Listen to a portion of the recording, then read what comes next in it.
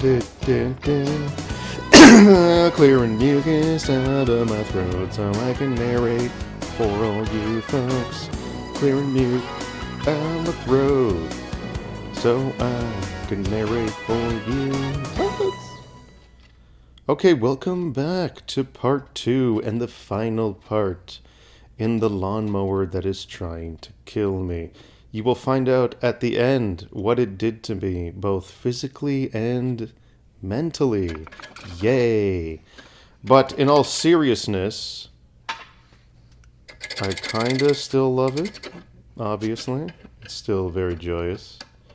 But I also hate it, and you'll see why. Now, in part 1, I restored the engine in its entirety. That was what some would describe as not fun, but looking back, it's like a 6 out of 10, you know. The anticipation and the excitement was like 10 out of 10, and then it tried to kill me. So, not really interested in that. Now, the second part is the undercarriage, as I like to call it, the grundle of a lawnmower, as it's officially called. This contains the drive wheels, which are just cast iron smooth rollers, as well as the actual real cutting mower part, the helical cutters there.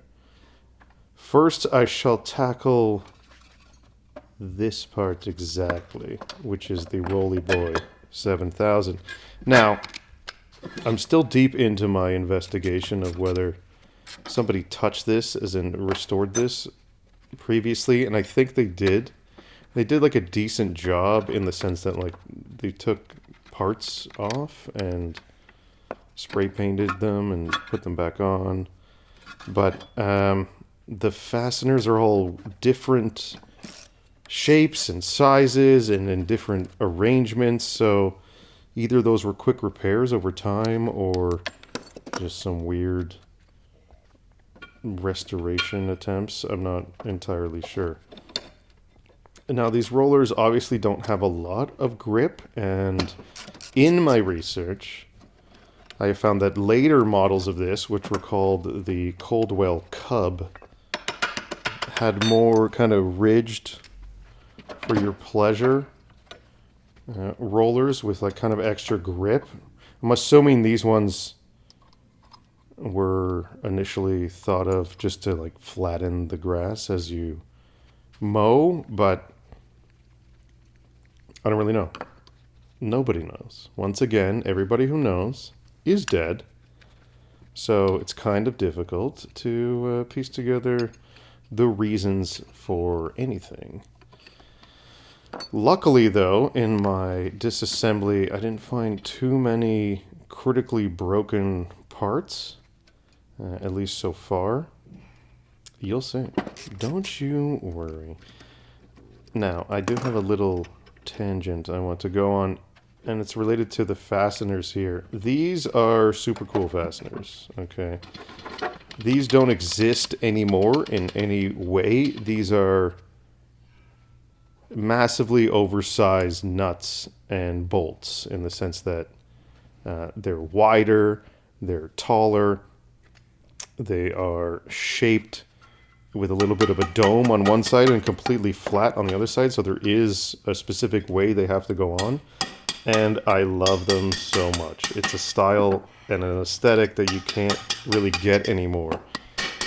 What I will be replacing some of the more totaled ones are what are called heavy nuts and bolts, and those are made, for whatever reason, with slightly thicker and slightly wider dimensions, and they fit the aesthetic more closely to the original, but they're not an exact match. And where I need an exact match, I purchased a entire, I guess, selection of different hex bars made out of brass and steel, so I can machine my own to get like a perfect match if I need to.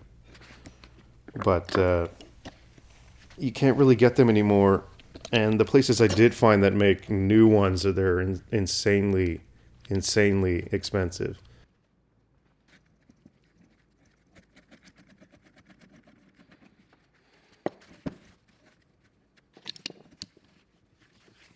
Now, there's some sort of planetary gear system inside this drive roller.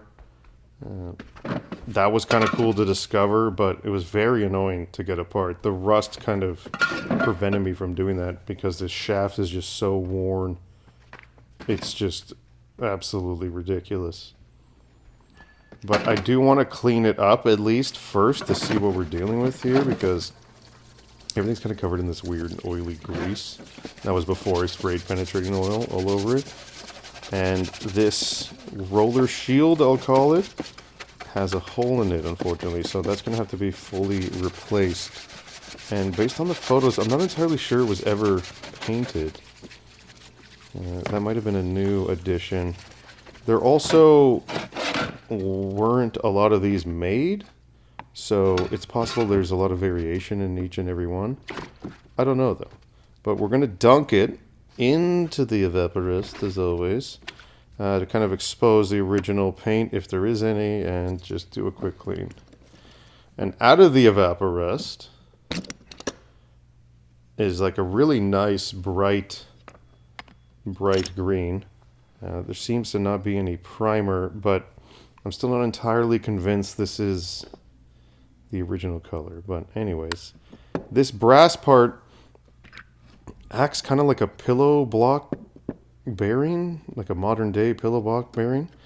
It's only secured on one end and just kind of floats there as needed. And the dimensions on it are really nice. Like they're what they're supposed to be. So I don't know why the metal shaft is worn and the brass is okay. It could be that maybe that part was replaced or repaired, but that's, I don't know, it just seems unlikely based on everything else I'm discovering on this machine. What leads me to believe that it's kind of been repainted or dealt with in some way is that some of the greens that I'm encountering are different, and it's not just due to fading or sun exposure or time. They're just different parts of completely different colors. And my brain still kind of hurts about what is going on here, but I'll never know the history, I guess. Fairly disappointing.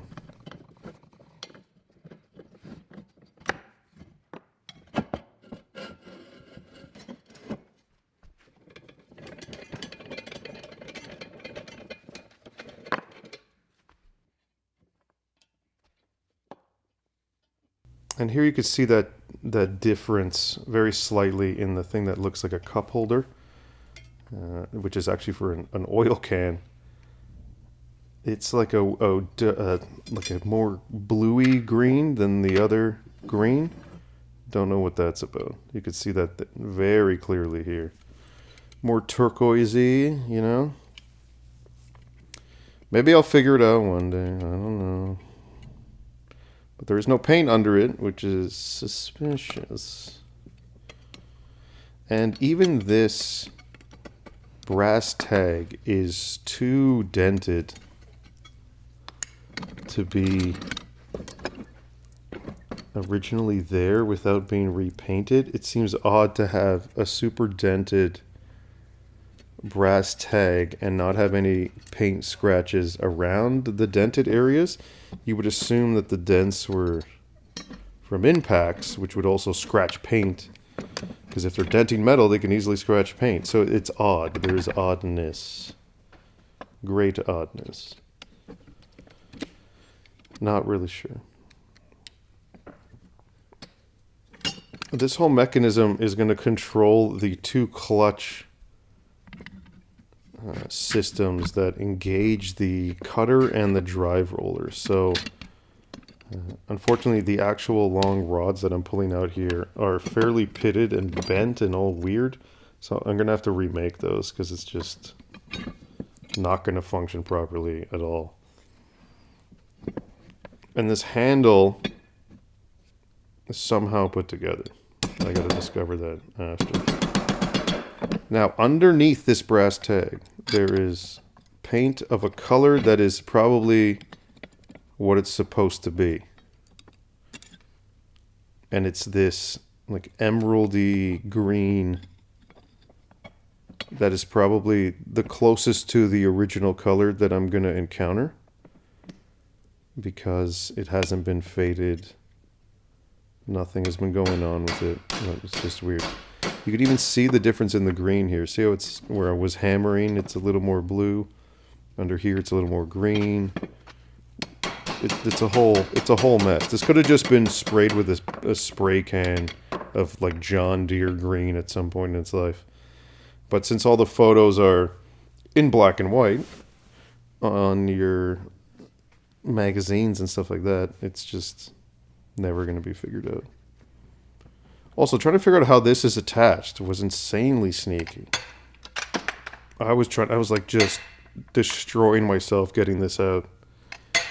And I noticed that maybe there's a pin there. I should have just dunked it in Evaporust, and that would have exposed the differences in the metal for sure. But after trying to get this pin out, I couldn't take it anymore and just drilled it out. And there was one, and it is glorious because I found it without maximum damage to the hole, which is awesome. And that's what they decided to fasten it for whatever reason. It's crazy that this probably has never been apart in 100 years. The guy who put that there 100% thought some psychopath would never touch this. But surprise, Jacob. I'm taking it apart. He probably stored drugs in there or something.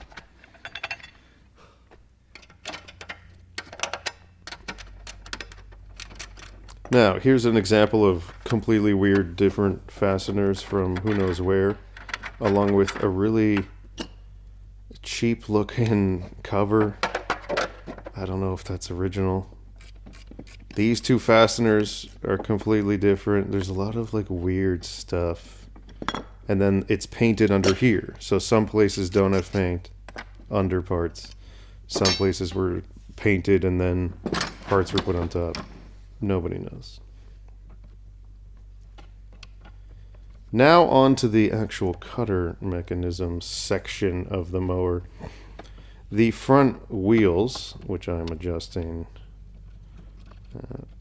by pulling this pin out, which is just a nail, can move up and down for some reason that I'm not entirely sure, because you can adjust the depth of cut in a different way also. So this is more of a macro adjustment of the depth of cut.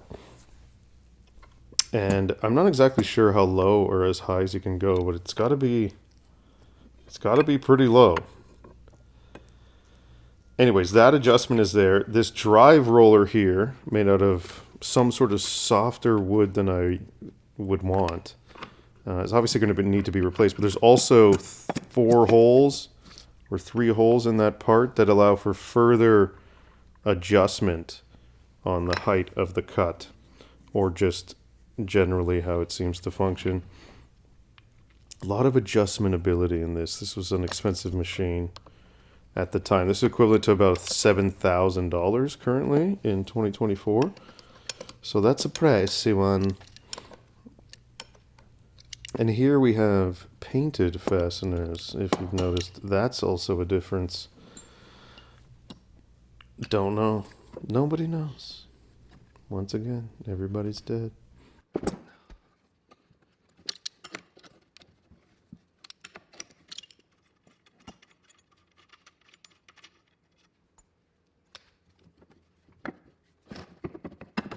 So this side assembly has a really cool adjustable bearing, which makes my life extremely easy in repairing, because I don't have to machine a new bronze bearing.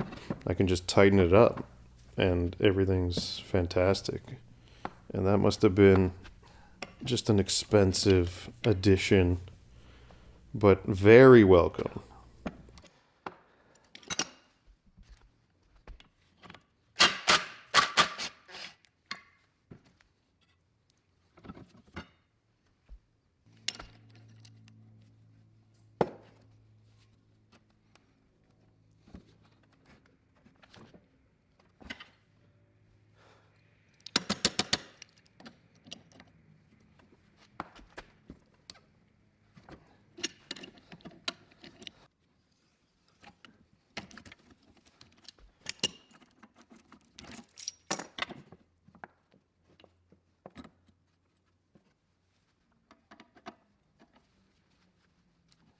If you don't own Van Pliers, please purchase Van Pliers for your bolt and other fastener extraction needs. Exquisite, exquisite performance.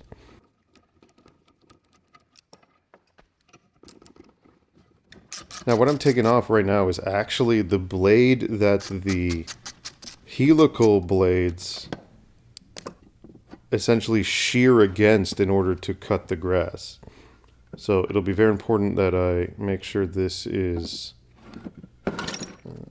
performing optimally when I reassemble. And that's kind of how the cutting motion works. These blades basically push themselves into that metal, and then it's like a pair of scissors. Two sharp metal corners kind of meet, and shapoopy, the grass done be cut. So there's an adjustment here on the other side of this weird trapezoidal pyramidal fastener. Rare fasteners. Collector of rare fasteners. Right there, and that adjusts the position of the cutters in relation to that flat kind of blade I just described. And you could see that it's finely threaded for micro adjustment, and it took me a long time to get that just like perfectly dialed in for maximum cutting. But the screws I just took off are the ones that adjust the actual bronze bearing to be tighter or looser around the shaft. And that's just, oh, it's so awesome. It makes me so happy. Now on to the radiator. Let's not forget that this is water cooled. Could the radiator have been restored as part of the engine restoration video, you say? I say, how dare you speak to me? And you shut your mouth when you're talking to me. But also, yes, I agree. That probably would have been a better idea, but it runs without the water cooling. It's just going to potentially explode if I run it for hours and hours.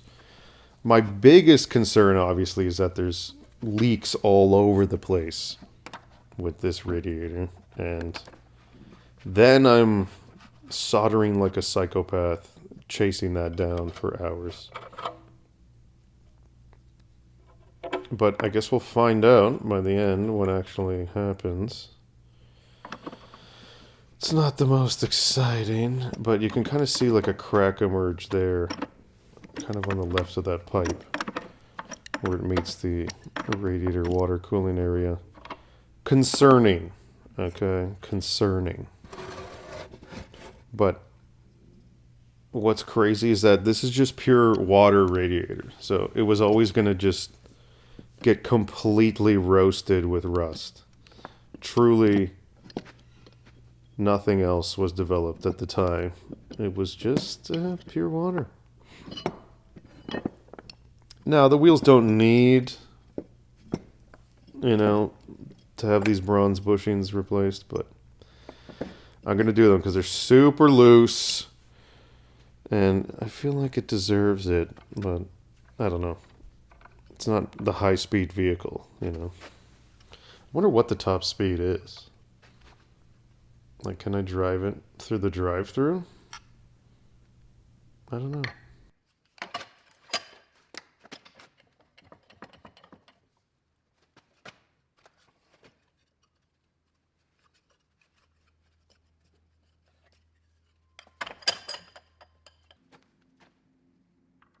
Okay, so I'm going to try to get this blade off, and it's obviously the thing that touches the ground the most. So it's the most rusty, and it immediately breaks my impact driver. And that's a manual impact driver.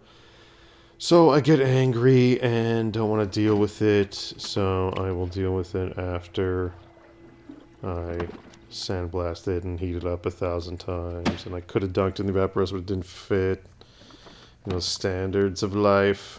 But the radiator went in, basically ate up almost all of the active ingredient I had left after using this for like a year in my evaporust. because it must have just been completely coated with rust.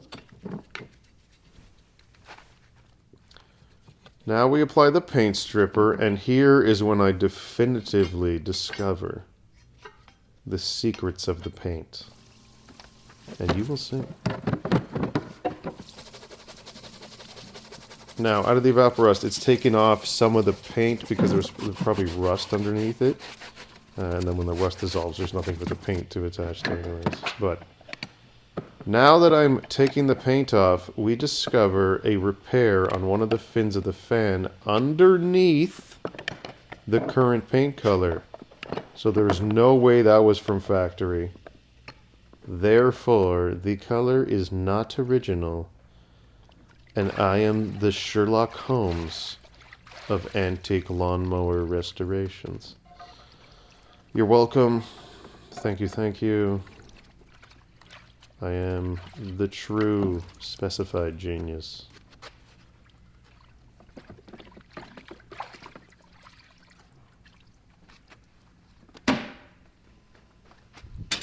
Into the sandblaster, 12 trillion things go after removing the lead paint.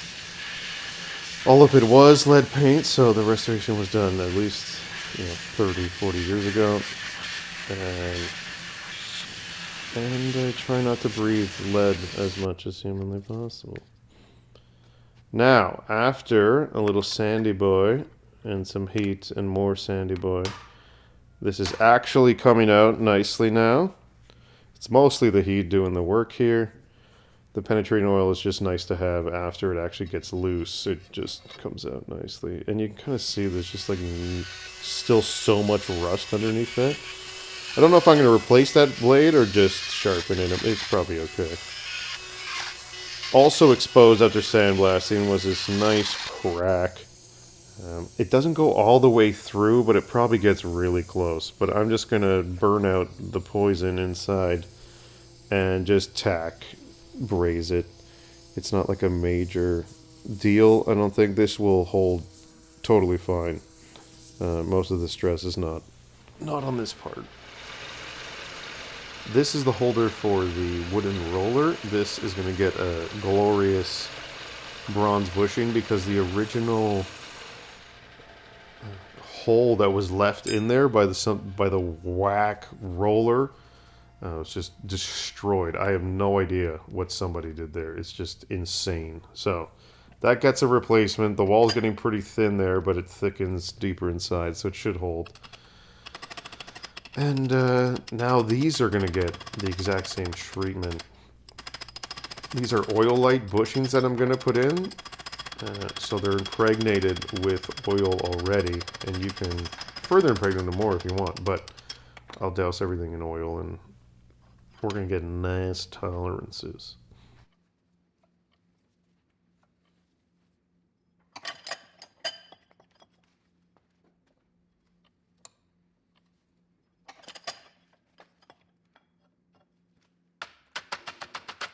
Now I'm even gonna bronze bush the wheel shaft holding parts, whatever you want to call them. But my god, this bushing needed to be like a 1/16 of an inch thick. And that's pushing the limit for these. You can't really machine these. They don't like to be squished at all. They can't be held. And they really, really can't be machined. Like they're essentially sintered. So you need to either use like sandpaper to machine stuff down, or maybe a file. I don't know. It's brutal, so you just gotta get it done. This is the hole that holds the bolt for the handles. I'm making it bigger because it's also completely not round, and then I'll fill that with a larger bolt. Then I sharpen the wire wheel. You gotta do this every once in a while. Every day or so. The brass shall be exposeth. The brass giveth, and the brass taketh away. Everything that is exposed steel is also going to get a full coating of polyurethane. I can't just leave them exposed to the elements, especially for something that's an outdoor tool. That'd be really dumb. They'd almost immediately rust, especially after all this cleaning. So they're going to get a nice coating, and that should keep them pretty good for years to come. There's not much else you can do on that other than spray painting them, I guess. But that also just sucks because as soon as you tighten them, the paint isn't coming off. Now, you can see the green I've chosen. It is glorious. It is Congo green by Bear Paints. Okay, they make spray paints now, and sometimes the colors are very nice. Sometimes not. I also found out that these, after, I guess, letting them dry aggressively, were pretty resistant to gas, which was kind of nice. Usually that's not the case. How did I know that? Oh, you'll see. So, new pins were made for the shafts, I guess, of the middle of these wheels. And the bushings were there, and everything is just so nice and spicy. It's looking pretty good, honestly. Very nice green color, at least I think. Some people might hate it, but it's not the deep kind of huntery green that I've seen or I've even used on a few projects. It's slightly different, more green, and I like it. These little turrety grease things are so cool. I don't know why.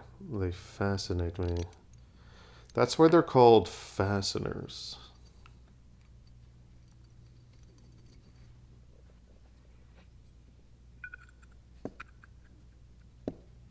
Now I'll just quick assemble these, and I'll make the micro adjustments when everything's fully in place and ready to be made. There's no point in tightening these down too much at this point, just because then I never get the shaft on.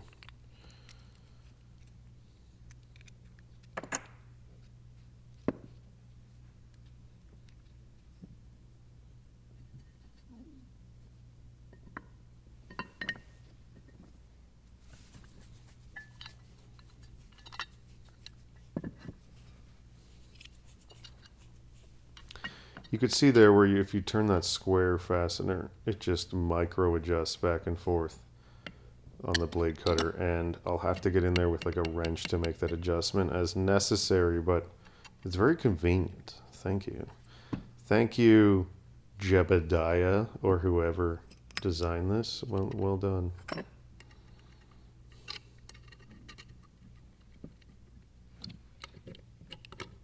Actually, his name was probably Merlin.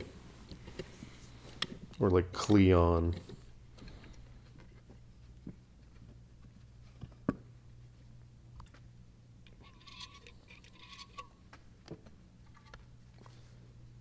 Now, if you haven't noticed, I just totally didn't take apart the actual helical cutter section of this. It's all riveted together. There are some fasteners that it looks like you could take that shaft off, but the shaft measured exquisitely correctly, so I just left it. There's truly no point. I'd take it off and put it back on. Wow, good for me.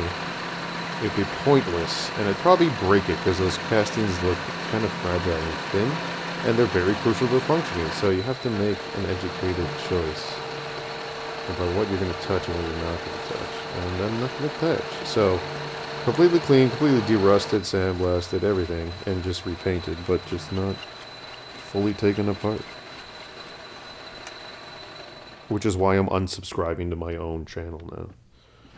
I'm garbage. Now, this needs to be threaded, so I like to start it with the tailstock on the lathe so it's nice and straight. And then I switch to the vise when the lathe just can't take the grip anymore. And now it's beautiful. And there it is. Gloriously positioned. I just remade this because the other one was kind of pitted and poopy, so might as well make it look nice. And then when I make a new one, I can make it like a shiny steel instead of like a crappy painted green, so it looks even more sensual. Which is a signature move of mine, no big deal. And here I go with those heavy fasteners. Okay, those ones are original but just cleaned up on the edge, but that nut, all the nuts I try to replace with these heavy fasteners, and they get pretty close, but not that close. Not close enough. Here's me micro-dosing adjustments until I reach a perfect tightness. If I go too far and the roller doesn't move, or the cutter doesn't move, then I'm dumb, and it's not going to move, so we don't want that. Then I went too far, so I'll back it off. See, now it's all seized up. Incorrect, Eric, incorrect. Now it's boom, shabam. And you can lock that adjustment with these lock nuts. Well designed, well designed.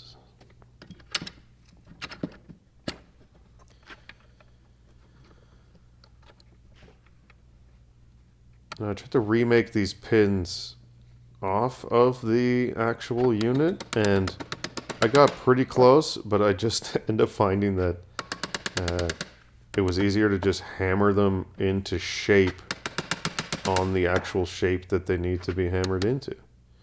And then they'll conform exactly as needed. And this is the spring steel. This is just one of those trailer hitch pins that lock it.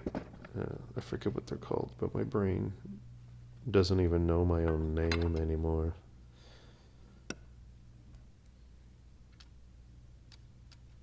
It took me forever to realize what these do.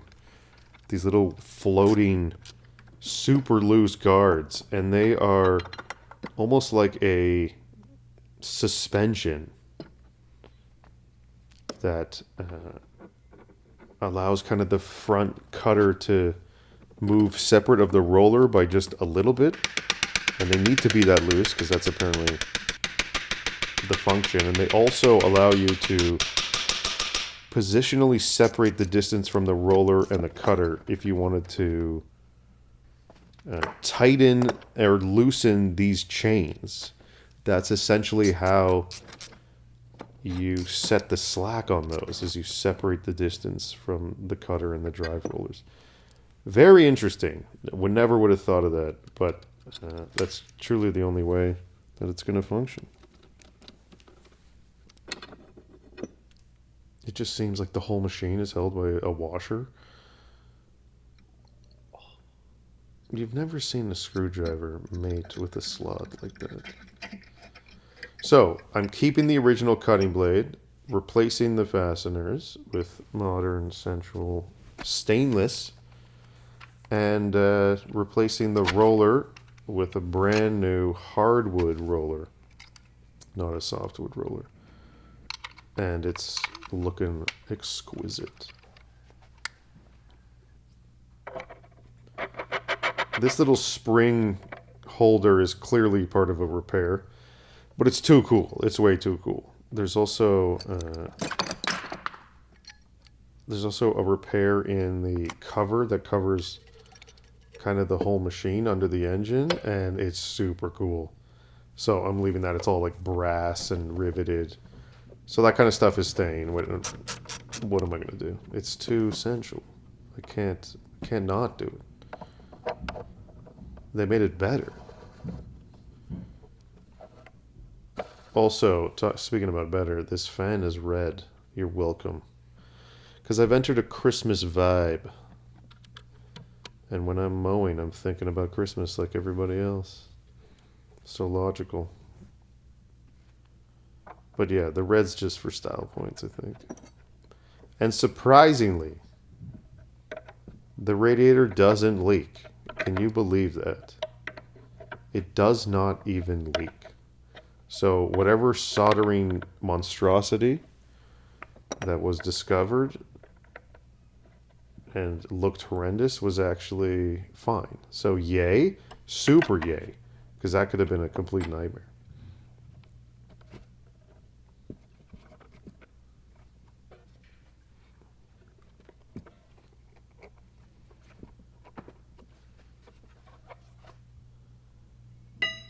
Look at this. See the super worn shaft that was worn for no reason?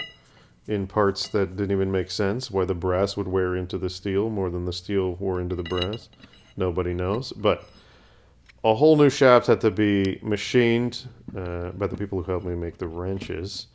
Because my lathe officially isn't long enough. I can only machine 24 inches at maximum. And this thing needed to be like 28, so had to be remade. What can you do? My lathe is now officially not in the best of all lathes ever created. What can you do? Only sadness is what you can do.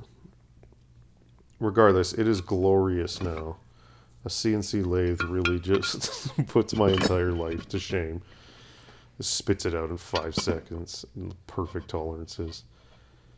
Perfectly fits in the new rollers, which, if you've noticed, I've painted them black internally. They were painted nothing. These were just bare poisoned steel waiting to be completely rusted to death. Like, these are the things that touch the wet grass and the wet soil. Can you just put a little bit of coating of something somewhere? So odd. So completely odd. I understand the drive roller surface not being painted, because what's the point? But the whole thing, at least with the rollers, were probably the first things to go that needed replacement. Because I don't see them lasting forever.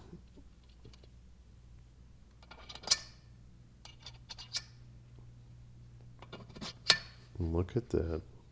The beauty. The sensuality. The black and the brass and the steel.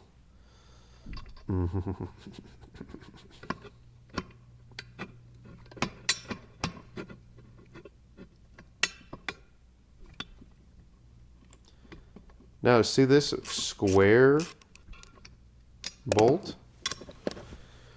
These apparently are getting very difficult to find where I am in Canada, because where I usually order them from has informed me that there's now like 160% tariff on them. And I'm assuming because they want you to buy made in Canada bolts, but I can't find anybody in Canada that makes square nuts and bolts. So I ended up trying to fix up the older ones. I went through my pile of extra older square fasteners. I did find some online that weren't even like the right size. They were too short. It was unfortunate, but what am I going to do exactly? Essentially, I just have to pay the extra because I got nothing. Maybe I should just start making them and selling them within Canada, but it's like 7 people that need square nuts and bolts. I did call around to like your general construction industrial supply places, and I got so excited because one of them said they had a bunch of them in stock, and then when I went to go pick them up, they were just the square set screw. Like the heads were square, obviously, but they were just the set screw ones and not the entire massive bolt ones that I needed. The most disappointing I could possibly be related to fasteners.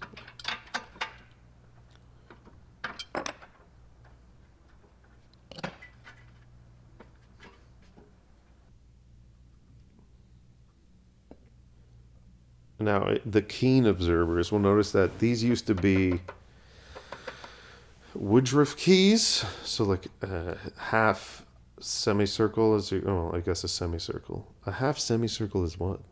Is that a quarter circle? Or just a thinner semicircle? Nobody? I don't even know. Why do I share this with everybody? Regardless, they're now just slots. They're just key slots. I don't think that's going to make a big difference. The forces on this are nothing. It's not going to shear off. So That's completely fine. It's just so much easier to machine a slot than it is to get a slicey disc and make a perfect slice into the steel. So that's a little change. Maybe someone will discover it'd be like this human piece of garbage restored it without even putting the Woodruff keys back. He sickens me. That'll probably be me in my second restoration of this in 45 years. Now let's remake those adjusters for the clutch mechanisms. Kind of complicated bends, but nothing crazy. My vise and my hands can just do all of it with a little bit of heat. And of course my brain functioning at maximum here, forgetting that I'm just dumping heat into the vise when it's closed and not really massively paying attention for some reason.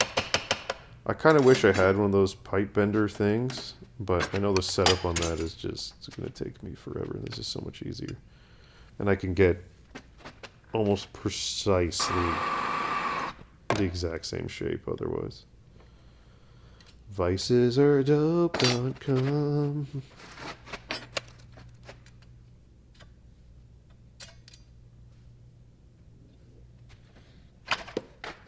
Oh yes. Feel the hotness. Feel the bends.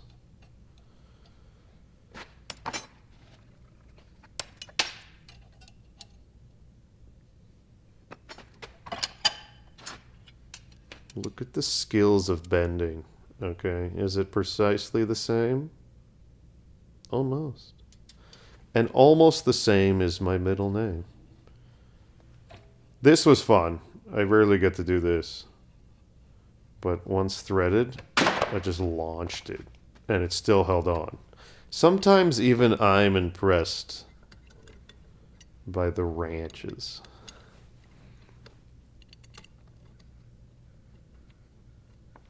Now, for some reason, there's a spring between the two of these levers. I'm assuming it's to keep them separated, but why? Are they going to really run into each other and like cross paths? Maybe they machined the slot so massively oversized that they could flop around in there. I don't know. No idea. It was really unfortunate, the lack of photos of this Model L Coldwell mower. It's basically nothing. Like, this is all just me trying to discover everything I possibly can. And also the Internet Archive.org, which has now been hacked for some reason, was insanely valuable, and I'm super sad about that. Hopefully that comes back soon with all of its information intact, because that was very valuable. Engine is back on. There's the cover. Everything's moist and tender. Off screen, this was about 900 hours.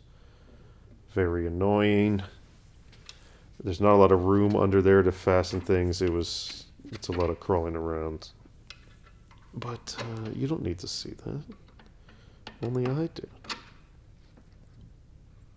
The amount of shiny brass and steel with this green, like, this is becoming a very aesthetically pleasing situation. Also, you can see the replacement drive roller cover is going to be left bare metal. I think that looks even better, honestly. And that might have been original too, who knows? Maybe I'll come across one of these one day, or somebody that knows the secrets of the details that I may have missed or got correct, who knows? Somebody will tell me one day. I would like to bring this to one of those engine shows next year. I think it'd be cool just to run or display or whatever. I think people would get a kick out of it.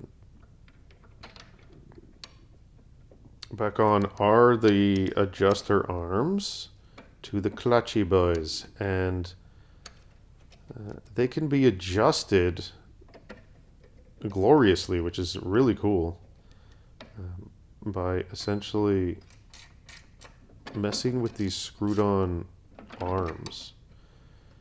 And you can unscrew or screw them tighter like I am now, and that will apply more or less force as stuff wears over time, or maybe bends.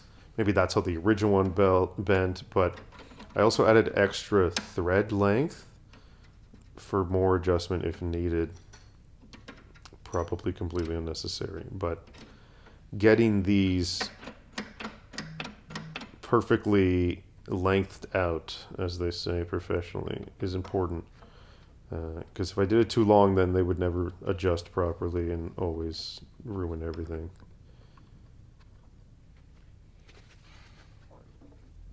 I decided to go with a pure leather belt for the fan, and this is attached to the flywheel very loosely. It doesn't have to do anything crazy here. And this should provide enough cooling over the radiator to keep the machine running forever, or the usual mowing time. This was completely gone on the original, and whatever I could find online, it's all completely gone. So I'm just designing my own here.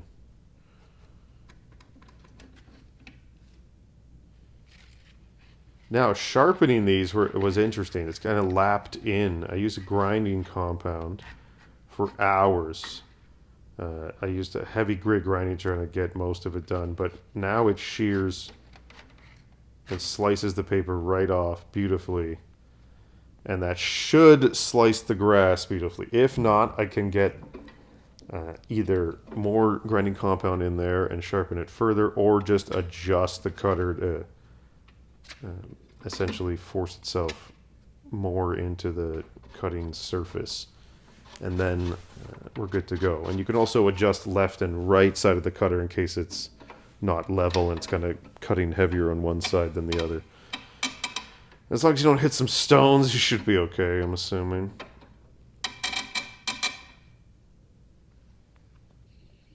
Now for the final touches, I found these leather looking rubberized handles. Those feel very nice for holding.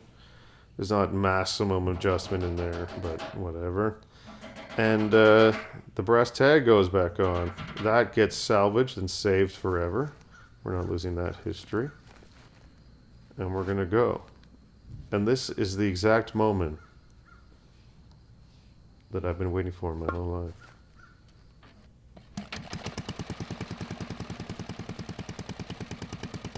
Listen.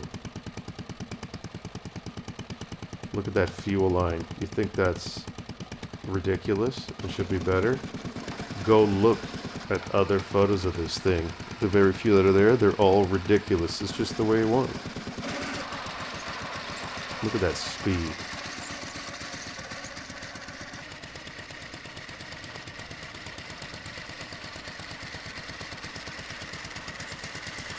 Look at the cut. Very nice cut.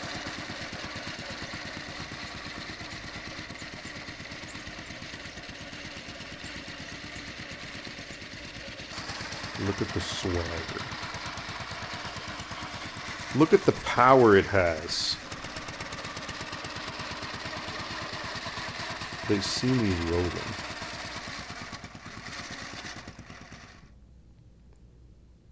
The cut's pretty nice, honestly, very nice. The only problem is I had to pull start this so many times. I actually pulled my groin so violently that I'm currently recovering like 8 weeks later. It's been a nightmare.